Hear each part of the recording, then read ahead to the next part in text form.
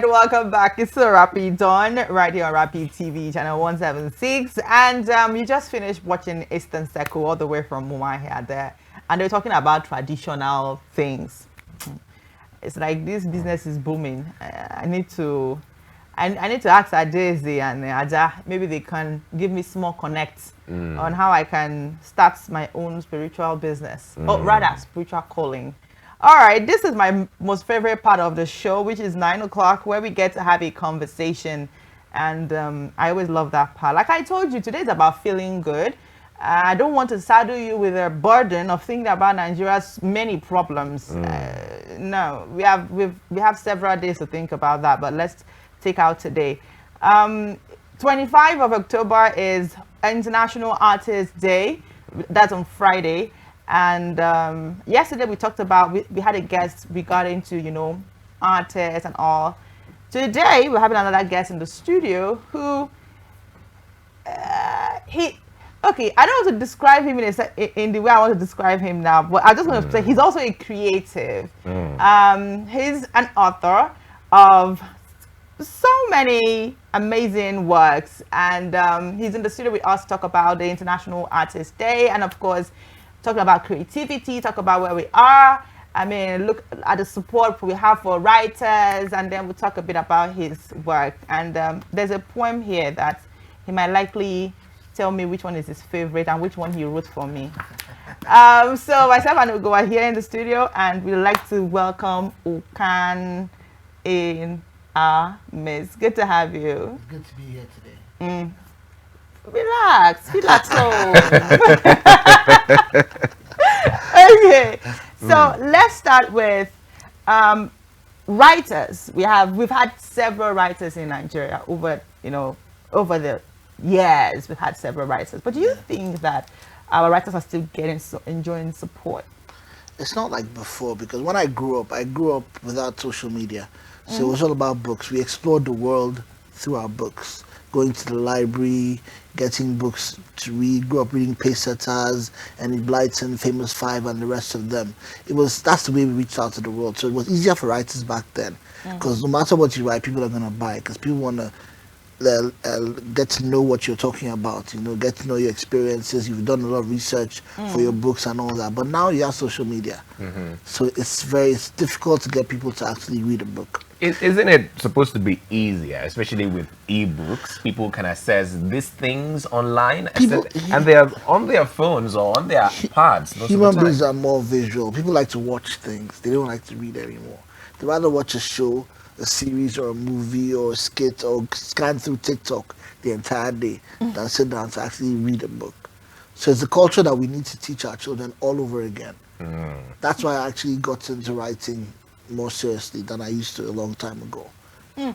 Okay, so that means the market is not there for writers. It's still there, but it's not as great as it used to be, because there's a lot of things happening now. There's video games, there's all kinds of things. So very few times you find kids actually picking up a book to read.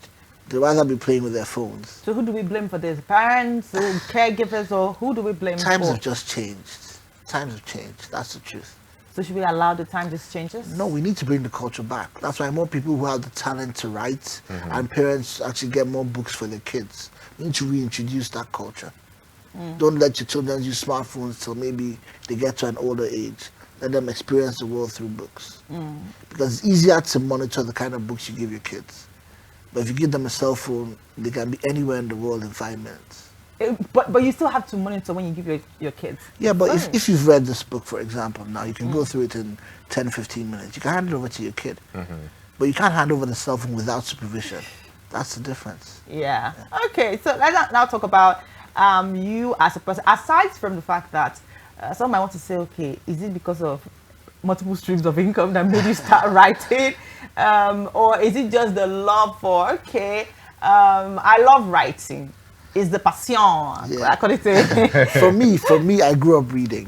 Okay. My mom always encouraged me to read. My auntie did too. So I grew up with the culture of reading. My uncle was one of the people that wrote Effective English. I don't know if you read it back in the day. Yeah, so I grew up in a family of writers, basically. But when I actually started to write for myself was one day after I read somebody's short stories. And I was engrossed for like a week going through the stories. And I'm like, come, I can actually do something like this. And I just started. I picked up my laptop. And I started to type. It took me a while, but eventually I got there. Like I just was sharing it in groups. I shared it in one group one day, and someone was like, "This is a really nice story. Have you ever thought of publishing it?" I didn't even know what publishing was. So he just took it up and published it for me on one of the platforms, and from there, I just started small. I started making comic books initially, then I moved on to stories. Then I used to write poems for fun and put on my DP, my WhatsApp DP, and I decided to put them together and publish them too. So it was a gradual process for me. So that's where we have this a mini collection of poems. Yeah, Bernadette. Yeah, actually named after my mom. I love the name. Yeah, my mom's name. Bernadette. Yeah, Bernadette. Yeah. Okay, but then again, when you write your works, what do you hope that it does for the reader? Is it just also to get entertained? Is it so they learn some lessons? What's in it for the reader? For me, like for the children's books, I like to teach a lesson in every story that I write. If you look through each of them has a story. Some about courage, some about second chances, some about patience. So that every story your child reads that comes from me, there's a lesson to take home from it. Okay, so I mean, the other day we had this little girl who had poems and all. So I like to hold the one that's poem. It's a mini collection of poems, and I'm going to do many more. Yeah.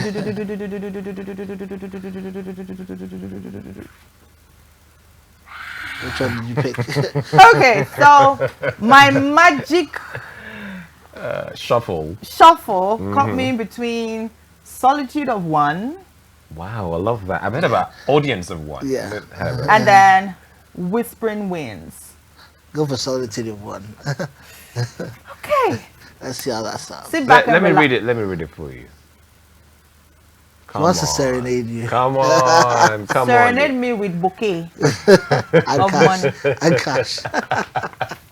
I feel like this describes me, but let me see. If it Okay, will. okay. In the quiet rooms where shadows fall, I wander through the silent hall with echoes of a life once shared, now left alone, my heart laid bare. Okay, sad. The world outside moves on its way, but in my heart the night holds sway. For in the solitude where dreams have flown, I find the truth of being alone. Yet, in this space where I remain, I learn to live, to bear the pain. For in the stillness, there's a light, a gentle glow, a quiet night. Might. Let the world spin as it will, for in my heart I'm standing still. In the solitude, I find my grace, a quiet strength in this empty place. So though alone, I still survive. In the peace of one, I come alive. For in the solitude of just one heart, I find the courage to make a start. That was personal to me. He's already feeling Rema. This is Rema. Oh, Papa, yeah. tell me, what are you feeling? Rema, what is it ministering to you? I think it's really, really, Deep. yeah. Go deeper, For, Papa. for all you, all the introverts like me, you know, that I used to stay on their own, you know, find the strength in being alone. No wonder I you can know. relate. Yeah. Strength to make a start, even if You. you're alone. You that would be. No, he's We are national never alone. Oh my She wants goodness. to expose you. Oh my God. Yeah, you were saying. Okay, yes, go ahead. So I said it's for us introverts who spend a lot of time alone and try to write, you know, find that strength and courage being on your own. It's not easy, it's tough. The loneliness gets to you, but you find the strength to make a start. Yeah. Okay, so let me, you do your shuffle now. Let me Oh, see what you're able to get. Let's see where you go. I get to do the honors. Let's see what you can come out. All right, look at this one. It's titled River of Time. There's Garden of Memories too. Which one should I do? I love this memories one. Okay, go ahead. Yeah, because of the flowers. Inside the garden where memories grow, the seeds of our past begin to show. Each bloom a moment sweet and pure, a reminder of love that will endure. Oh my goodness, are you feeling it? The roses red with passion's fire, the lilies white with peace's desire. In every flower a story untold of times gone by, of hearts consoled. We must wander through the garden, side by side, cherishing the moments that never died. For in the memories we find our peace, a sanctuary where joys never cease. As we stroll along these paths, so dear, each stop brings the past near. For in this garden of fragrant bloom, we find our hearts in full resume. Oh my. Dear gentle reader. It's given Bridgerton, literally. Oh my God. Oh my God. Okay, but what was running through your mind while you were penning this down? Is this like the product of experiences that you've been like through? every single poem in that book was written over a period of, let's say, about 2-3 years. So every single one of them has to do with a certain mood I was in at that point in time. I just wrote them according to my moods. So that one, you're thinking about memories. You know, you're in a sad place at that time, and thinking about the memories you've had along the way that help you to keep your strength up. So I just put that one down based on that. Good memories I had. You know, it's important to have good experiences, because it's those good experiences that create the memories that help you get through the bad days. So who are the biggest influences in terms of literal work? Because I mean, you had spoken about your upbringing and how you invested a lot in books, but I mean, who were you reading at the time? For me, Enid Blyton was amazing. Yeah, I loved Enid Blyton books. I loved reading Famous Five. Those were books that got me through my childhood. Yeah, so those were it. And Pace Setters too. I don't know if you ever read Pace Setters. Those were really good books, because those were Nigerian stories, short Nigerian stories about different incidents. Some about police, some about detectives, some about different stories. Really amazing stories, and they're easy to read because they're short. So you can get through them in a day or two and pick up another one and read. So I mean, in your community of writers, Yeah. creative artists, and what have you, do you think that we're telling the Nigerian story as well as we should, and as much as we should? We're not. To be honest with you, we're not. That's why I try to write about Nigeria as much as I can. Like if you look at the book of short stories there, they're basically Nigerian-based stories. One is based in Cross River, where I grew up, and the others I try to spread it out a little bit. But whatever I do, I try to make it Nigerian. Because we need to tell our story. If we don't tell our story, no one else will. Okay, so you called out some weeks ago. There was this debate about what's his name, Idris. Things Fall Apart. Things Fall Apart. Yeah. Do you think that Idris, they're coming to tell the story of Things Fall Apart? Do you think it's a good idea? Well, it depends. There are different ways to look at it, really. It's not a bad thing for them to come and tell the story, but rather if we told the story ourselves. Yeah, it coming from us. Like growing up, I used to go watch the play Things Fall Apart. Yes. It was all Nigerian actors, everything Nigerian, and it gives you a sense of belonging. For you to get someone else to tell your story, I don't think it quite sits well with me, but it's okay. So look at it from the non-financial point of view now, from the Yeah. non-marketing point of view. Yeah. You don't think it's a good idea? Well, from the non-marketing point of view, I don't think it's a good idea. But marketing-wise, the kind of money that will be made from it, it's not such a bad thing, really. Okay. Is it just me? Okay, I think the printer made a mistake with that. Oh, I'll okay. give you another copy. Good. Another copy from me. And Yeah. I mean, And you're going to sign it. really For sure. beautiful titles for your books. This one is Crucible, yes? Yes. The Crucible. Yeah. Okay, so before I start telling you, before you tell me what this book is about, right? Let me tell you what I think if I see this. I feel like it's one of those stories where a reverend or a religious person is casting out demons, Is a whole church religious setting? I wish, but no.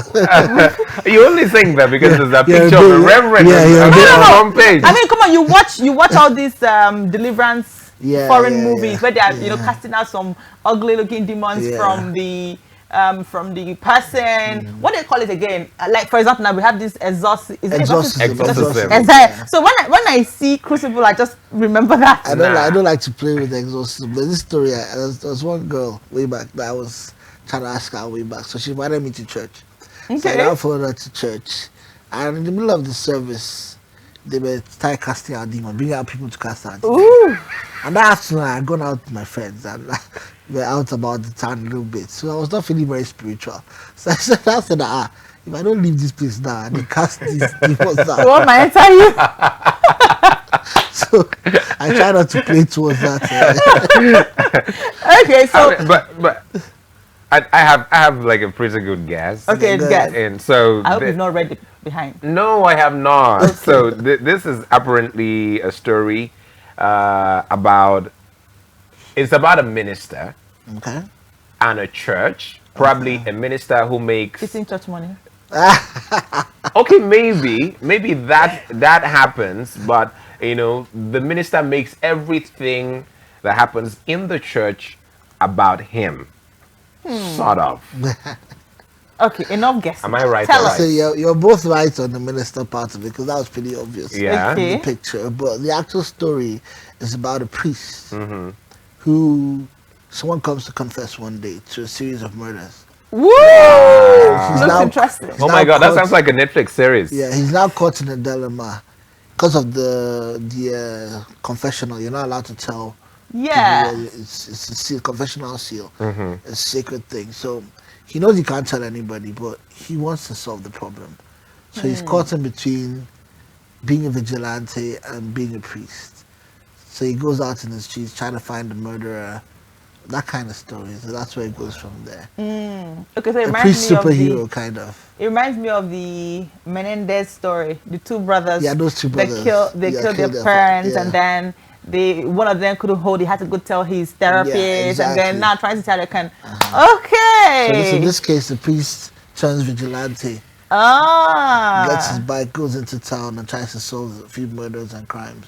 Okay, so let's now talk about when you're writing stories for kids and when you're writing stories for like the adults. Yeah. How are you able to just separate both from each other and like no, this is time for kids? How does your mind flow, like being able to separate? I remember being a kid, and I know what I used to like to read. So for me, it's pretty easy. When I'm writing for kids, I try to put myself. When I'm writing about anything, I put myself in the shoes of what I'm writing about. So you put yourself in the shoe of the murderer or the You actually have to, because if you're writing about a murder scene, how is it gonna go? You have to think like the murderer. What would I do? Am I gonna use a gun? Am I gonna use a knife? Am I gonna use Oh. this? You have to go through the process, and you have to be as detailed as possible. So writing is actually not for the faint-hearted, really. I hope you don't watch true crime. I do once in a while. I actually do. Yeah. You know what they say? There was It's this- about research. Because I'm Okay. writing about murders. I actually have to go on the internet and look at murders that have happened. How did they happen? Where did they happen? Why did they happen? And help you with your stories. Okay, so we've had situations whereby we've seen that a lot in movies where a person was trying to commit a crime and then he read the process from a book Yeah. and then follow the process to commit that crime. Yeah. So have you ever thought of,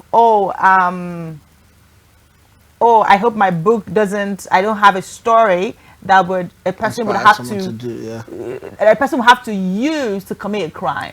It's an unfortunate aspect about writing. People will take your works to heart. Some people will take them for good. Some people will take them for bad. There are lots of stories to learn from that. You can learn from the side of the priest who decided to do good. It doesn't have to be the side of the murderer. Do you get what I'm saying? So you can choose to pick whatever you want to pick, but you can't stop people from picking the bad sides of it. It's human nature. Yeah. Even if it's not from you, they'll still get it from somewhere else. That's true. That's true.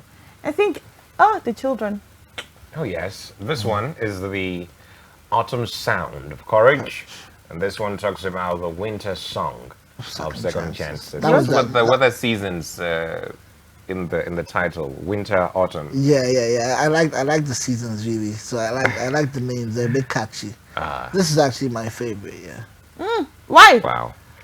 Because to be honest, I know it's hard to believe, but Second I actually went to chances. bed one day and I woke up one morning with this story in my head, and it just couldn't go away. I just picked up my phone and started to write it, and that's how this came about. Because it involves a boy who was living outside the town. He was like kind of like homeless.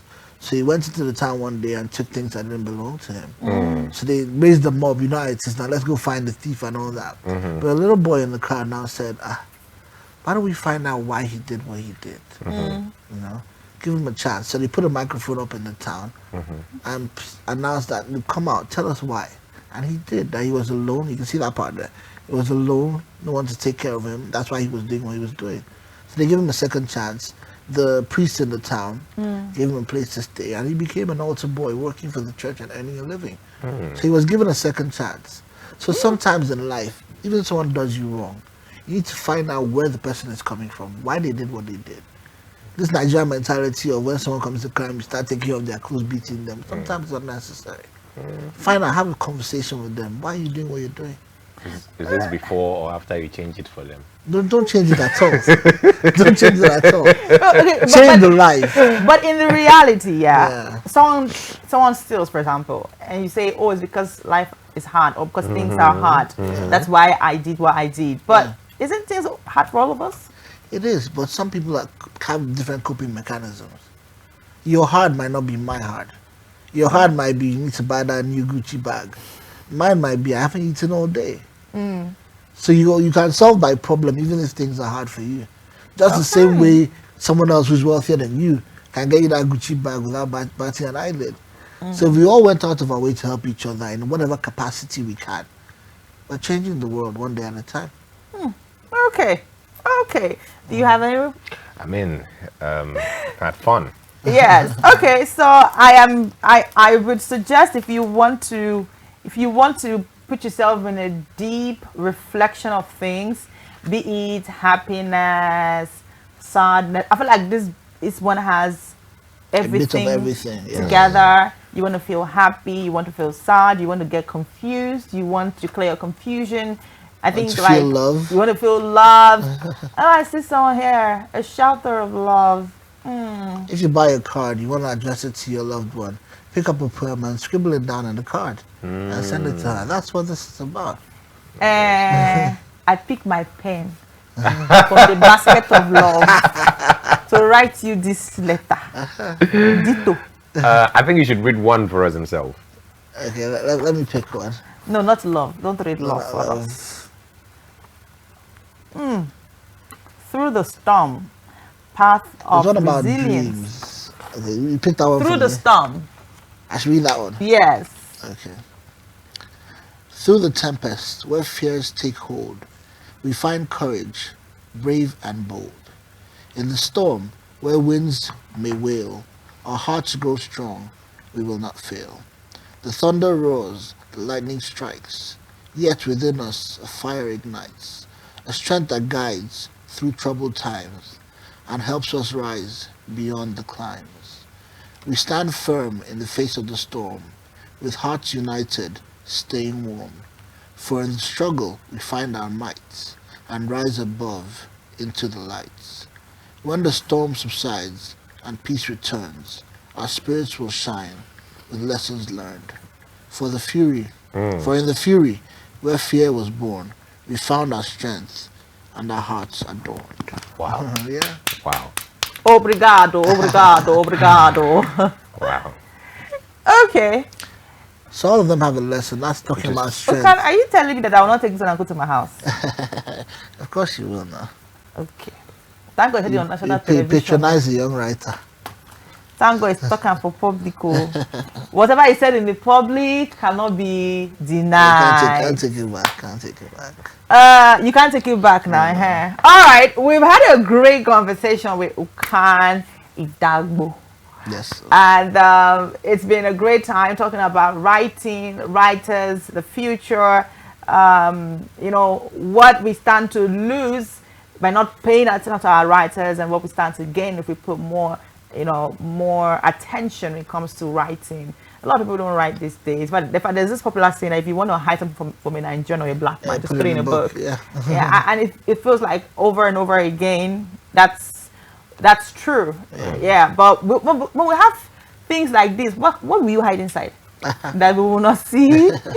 Maybe because of some of those books could be very boring, but boring is relative, though. Yeah, true. Boring is relative. Pick what works for you. All right, we're gonna go on a very short music break. When we come back, myself and Ugochukwu, we're still right here. We'll come back for the last part of the show, and then we'll wrap things up. We're gonna play "Piece of My Heart," brand new song by Whiskey featuring his friend. I mean, that song. She tell me say. No, it's not. She tell me say. "Piece of My Heart" is not. I feel like they expressed their feelings in the song. Let's have it.